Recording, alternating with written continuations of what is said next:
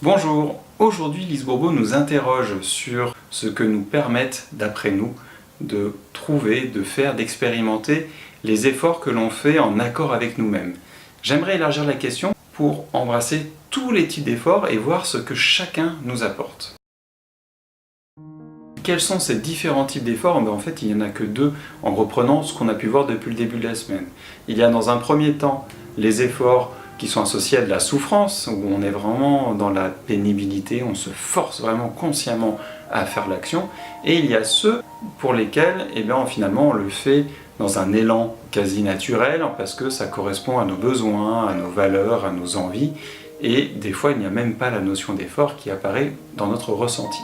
Dans le premier cas, je pense qu'il y a deux lectures.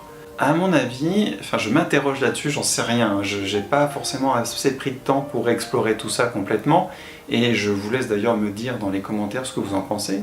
À mon avis, il y a donc d'une part ces peurs qui nous révèlent quelque chose sur nous, mais il y a aussi le fait que ce soit un effort, on se force à faire quelque chose. J'ai le sentiment, qui est peut-être erroné, mais j'ai le sentiment que c'est aussi parce que ça va à l'encontre de nos valeurs, que peut-être l'action, l'objet de cet effort, va à l'encontre de nos aspirations, de ce qui est important pour nous, de ce à quoi l'on croit.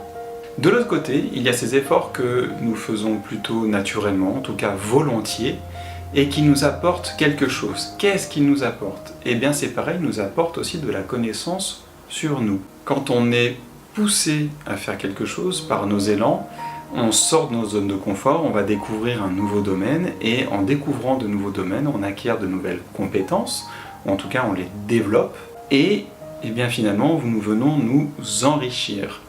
Et c'est pour ça que je dis, à mon avis, il faut étendre la question du jour à ces deux types d'efforts, parce que ça nous permet de nous connaître, de connaître nos compétences, mais de l'autre côté, les efforts où c'est laborieux, où c'est difficile, ils permettent aussi, de façon peut-être moins directe et moins plaisante, mais de connaître une part de nos limites, voir nos valeurs et voir celles que l'on bafoue parce qu'on se force à aller à l'encontre de celles-là.